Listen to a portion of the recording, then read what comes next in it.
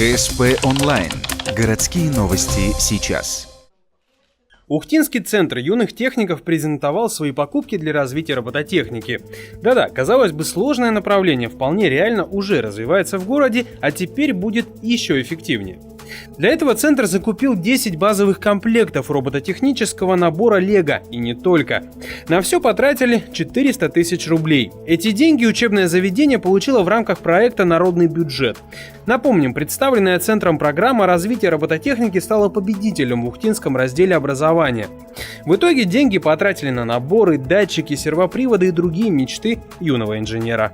Конечно, мы полностью нацелены на то, чтобы как можно больше мероприятий включать по развитию технического образования, в том числе по робототехнике. Это и линейка всевозможных конкурсных мероприятий, и участие в республиканских конкурсных мероприятиях по робототехнике, ну и выход на Москву и даже на Казань. Поэтому такие-то мы перспективы ставим. Самое главное, с чем нам работать и с кем работать. При этом подчеркивается, что направление пользуется большой популярностью, и родители с удовольствием готовы обучать детей робототехнике, компьютерному делу. Базовые наборы Лего позволяют не просто собрать устройство, но и задать ему программу действий, подумать над конструкцией, побыть инженером в общем.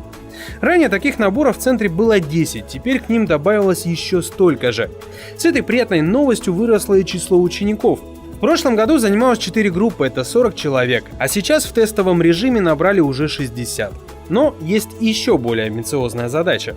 Там добавить мы хотим начальное звено, потому что мы сейчас имеем возможность с помощью этих наборов заниматься с детьми от 10 до 21 года, и не только детьми получается. А так у нас оборудование для детей начальной школы, например, вот этих наборов, они не совсем подходят, потому что программное обеспечение для такого возраста, сложнее гораздо.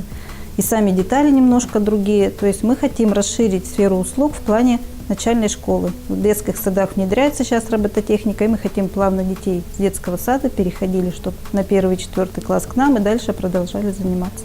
Помимо Лего в центре есть и не менее интересные и более сложные учебные материалы, например, Arduino. В этой разновидности конструкторов вообще нет готовых деталей, их надо собрать самостоятельно из тех материалов, что доступны. Понятное дело, это еще больше стимулирует конструкторские навыки, а значит, учит работать не только головой, но и руками. Ухтинские дети уже участвовали и добивались успеха на состязаниях по робототехнике муниципального уровня и выше. С обновлением материально-технической базы этих побед может стать еще больше. Глядишь, посреди северных лесов зародится и свой местный вариант Скайнета.